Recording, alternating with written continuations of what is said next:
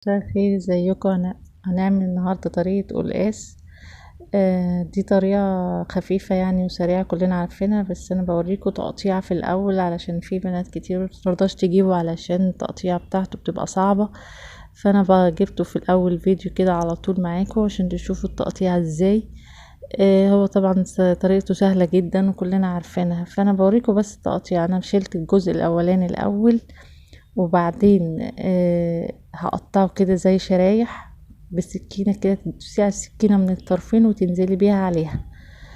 هتلاقيه يتقطع معاكي بسرعة جدا. يعني لو جبتي كمية كبيرة عشان تخزنيها هتلاقيها سهلة جدا، غير لما تقطعيه لا ايديكي هتتعوري ومش هتعرفي تقطعيه بالظبط. وبعدين هقشرها زي ما انتم شايفين كده بسكينة اصغر، هتتشال القشرة بسرعة جدا زي ما انتم شايفين. انا بوريكم واحدة بس معاكم، والباقي طبعا انا هعمله بعدين. شايفين انا بقطع زي صوابع كده، زي صوابع البطاطس كده، انزل عليها كلهم. وبعدين هغيرها واخليها زي المكعبات زي ما انتم شايفين كده. مش هتاخد معاكي وقت خالص وهتلاقيها بسرعة جدا خلصت. لو جبتي حتى كذا كيلو هتلاقيه خلص بسرعة جدا ومن غير ما تعوري ايديكي. ولو في واحدة كبيرة ممكن تصغريها، شوفي زي ما انت شايفة كده. بس انا بقى ايه، هندخل في خطوات اللي هي السلق.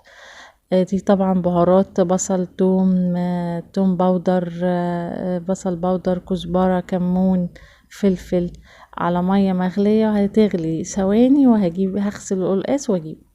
طبعا انا هنا كنت غسلت القلقاس وجبته، بضيفه دلوقتي على المية اللي كانت بتغلي فيها كل البهارات.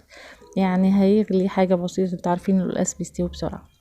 هنا دي خضرة طبعا الاساسي اللي هي فيه، اللي هي كزبرة قطعتها زي ما انتوا شايفين كده. وده السلق، بشيل منه بس الطروف الاخرانية كده لان هضربهم في كبة انعمهم طبعا. وهوريكم بعد ما انعمهم هدخلها على النار ازاي. زي ما انتوا شايفين كده انا بوريكم بس. طبعا انا كنت نعمتها ورجعت تاني هو على النار. زي ما انتوا شايفين هو كده استوى يعني خلاص، ما انتوا عارفين ان هو ما بياخدش وقت. هروح جايبة بقى طاسة، حاطة فيها معلقة توم زي ما انتوا شايفين كده مفرومة، والسلق والكزبرة اللي انا فرمته في الكبة هضيفه في الطاسة وهحمره معاكم واحدة واحدة. هحط زيت طبعا، الناس اللي حابة تحط سمنة حاجة ترجع لك، او زبدة. انا هحط زيت لان ده صيامي. فهقلب بقى على النار لانه بياخد وقت شوية على النار. الاول بيبقى بلونه فاتح كده، بعد كده هيغمق زي ما انتم شايفين كده، وفي درجة تانية هتغمق تاني. نفضل نقلب فيها ما نسيبهاش خالص، ونفضل على النار معاها لحد ما نضيفها على القلقاس. زي ما انتم شايفين كده بقلب كتير اهو. بصوا غمقت.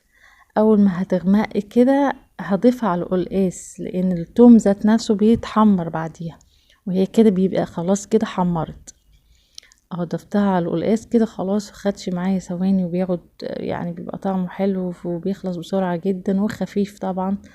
فجربوه بجد، طريقة سهلة كده وسريعة بسرعة، هتخلصوها بسرعة.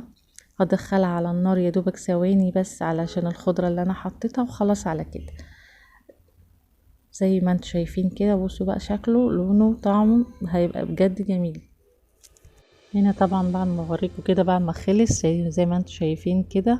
يا رب كده يعجبكم، لايك وشير للقناة، واي تعليقات حضرتكم عايزين تردوا تكلموني انا هرد عليكم على طول. ويا رب كده الوصفة سهلة وسريعة كده عليكم تعجبكم كده، وياريت تجربوها. شكرا، باي باي.